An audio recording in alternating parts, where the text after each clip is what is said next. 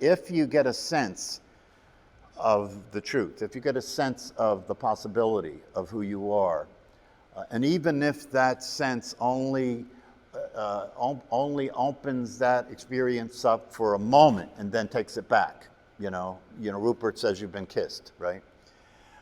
And then after that happens, it's like, okay, right, I got that. Now the next thing is I want that all the time. I want to be that.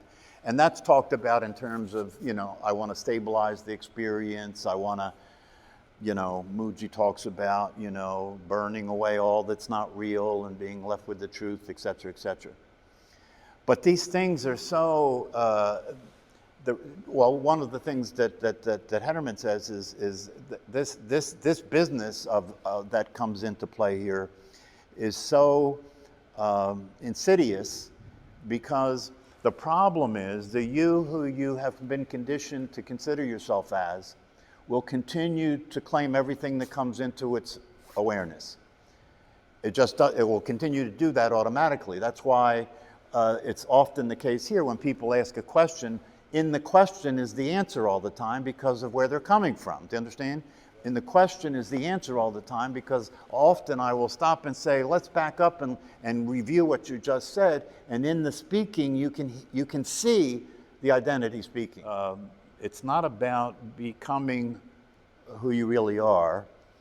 That's a given. And this is one of the things that's confusing for people, because you often hear it said that you already are that. You can't do anything to become that. You're experiencing that right now, only that has no form and no shape, and so you can't relate to that, right? Because it has no form and no shape. And furthermore, the you that could try and relate to that is the problem. The idea that you continue to automatically identify with that as who you actually are. The thing that determined the difference, the thing that was the switch that turned, was when I started to be able to see who I wasn't consistently. That was the thing. When I was able to see who I wasn't consistently, that was the difference. That made the difference. That made the difference in terms of my behavior. That made the difference in terms of how I interacted with other people and how I interacted with my life. False evidence is appearing real because the perceiver of it is false. That's why it's false. There's no point in trying to understand what you are. That could only be evidence that who you're being in trying to understand who you are is who you're not. Understand? And look at how much energy we put into that, right? And understanding who you are. That's consistent with a lot of spiritual teachings, right? Deepening your understanding of things, right? But if that understanding who you are is trying to be used as a way to get to the truth of yourself, it's a dead end. It's a dead end. It can't happen. So you see, there's this thing that once you get a sense of the possibility, you become a wannabe, or a seeker is another way of saying the same thing, right? You become a wannabe or a seeker. But you see, that that which is wanting to be what you are is what you're not. So all you have to do is see that. And when you see that, you're seeing it from what you are.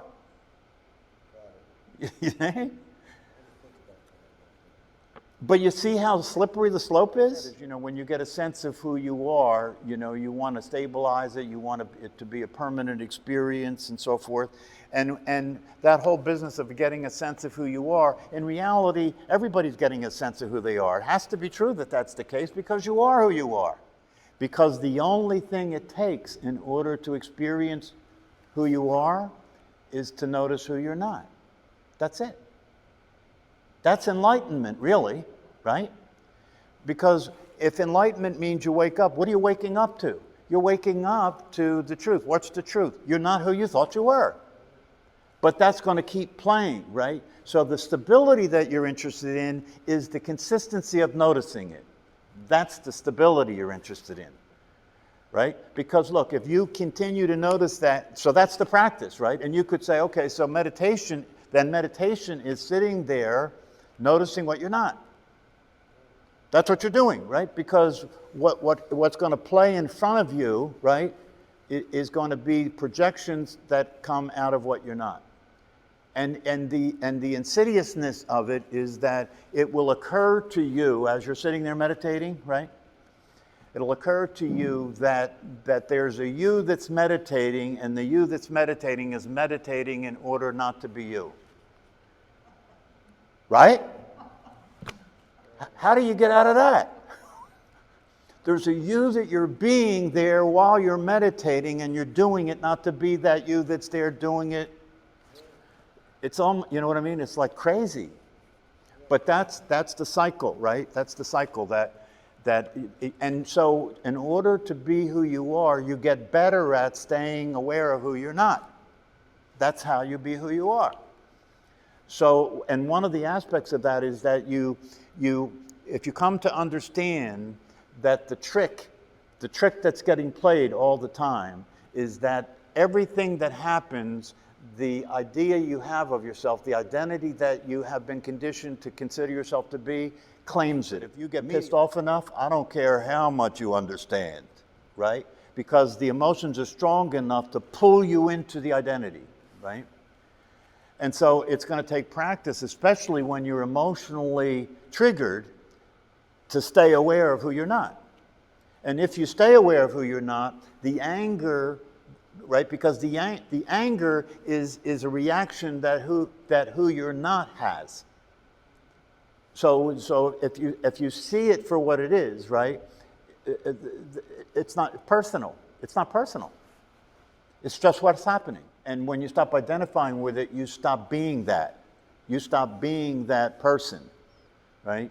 You recognize when that's playing, and you stop identifying with it. And it has to become a thing that becomes more finer and finer and finer. That which can be seen can't be what is seen. When things are when the mental state plays and the emotions play, right? They keep taking you back into the illusion. And so the practice is to practice not to get caught, not to get tricked again, not to get tricked again. You could say, for example, when you talk about, people talk about the Buddha sitting under the Bodhi tree and that night that he became enlightened, right? And a way to talk about that in the way that this is speaking is to say that he didn't become enlightened. He just noticed what wasn't true. Nothing changed. And that's why afterward he said that their enlightenment is already the case. Everybody's enlightened, right? The only difference between me and you is I'm awake. What's awake mean? I see things for what they are. I see what I'm not. And when I see what I'm not, I've got to be seeing it from what I am. It's a trick. It's a trick. But we're so gullible, right? What I mean? We're so gullible. We have been conditioned into a way of being an identity that lives in a time-based linear reality in which it seems as though things are that way. It seems as though something is not the case and then it becomes the case, or something, or that you don't have something and you're going to get something. That's how time sets everything up. It's not true now. It could be true, right? And so you keep falling back into it, and it's easy to fall into it because the whole world's tricked. Everybody's tricked. So you're developing the ability to know that the dream is a dream, to know that the illusion is an illusion, but to see that moment to moment as it's playing out with you, with your own mentation, with your own thoughts and your own feelings and that stuff. And you see, the problem with this that makes it really tricky, and that's what I think he's got some talent with, is that language is dualistic. So you literally can't talk about this. If you're meditating in order to get somewhere, it's like Alan Watts said, if you're meditating in order to get somewhere, the fulfillment of your practice will be the recognition that that's never going to happen. You see? You see? And if you really believe it will, right? And there are schools and traditions, right, that operate with the idea that that's the way it is, that it's not true, but it could be true, right? And if you meditate enough, and if you clean up your act enough, and if you follow the ethical and moral principles enough, someday, somehow, some way, so you can kind of relax because it's a non-dual experience. See, if you see that you're not who you think you are, if you see what you're not, then what you're not doesn't exist. And if it doesn't exist, there isn't any duality, because there's nobody to be separate from anything. Do you get that? That's non-duality. When you're seeing what you're not, you're in non-duality. Because when you're seeing what you're not doesn't exist. You're not being that now. It's when you're being that there's duality. When you're not being that shows up along with everything else. That's just part of what's happening. And you have nothing to say about it. This is the best part. This is the real freedom. You can relax because there's nothing you can do. You have nothing to say about it. It's an illusion. You have nothing to say about it. It's just happening. Whatever is happening is happening. You'll never understand it.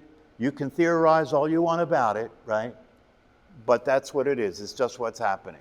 Well, you know why it's complicated? Because of how simple it is. That's the complication. The way you and I are conditioned is we just can't accept that something could already be true and we're not experiencing it, right? Sure. We just can't accept that. Can't accept that something could be true and I'm not experiencing it. Well, God damn it, if that's the case, then there must be something I have to do. There must be something that has to change.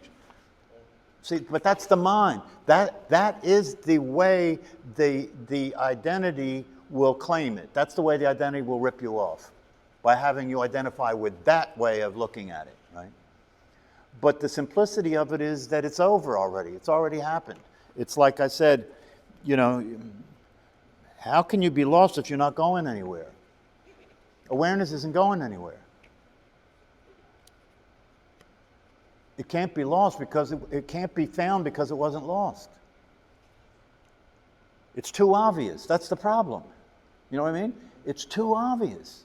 And so the way things are, is that it's like Paul said, the way life is set up for you to never be able to succeed at accomplishing something that is impossible. Life is set up that way, so you'll just keep running into dead ends. And then, what people do who are committed, see, that's the process.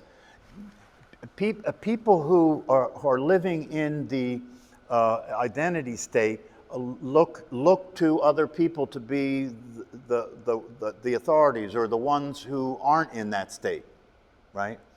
And then they'll follow what they say, right? And they'll follow that to the end, even if it's not true. And unfortunately, a lot of the traditions that come from ancient civilization and wisdom teachings and so forth are just not accurate in terms of how it all really works. And that's hard for a lot of people to swallow. The intention was good,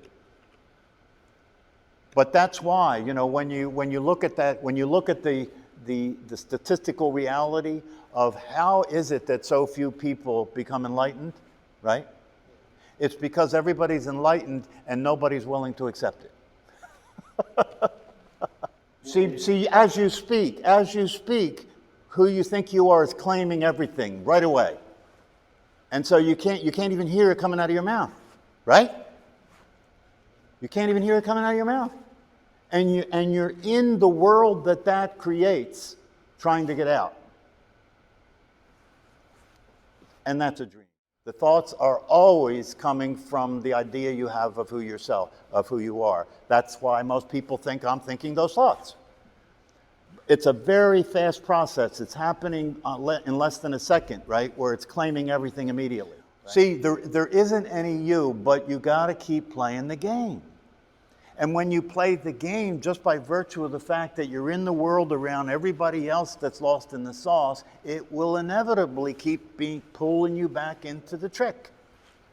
Because you try and interact with people that don't know who they are, and it will stimulate who you are not to be that with them. You see what I'm saying? And in reality, you have to be that with them in order to function, right? But the trick is to know all the time that's not true. It's very interesting, actually.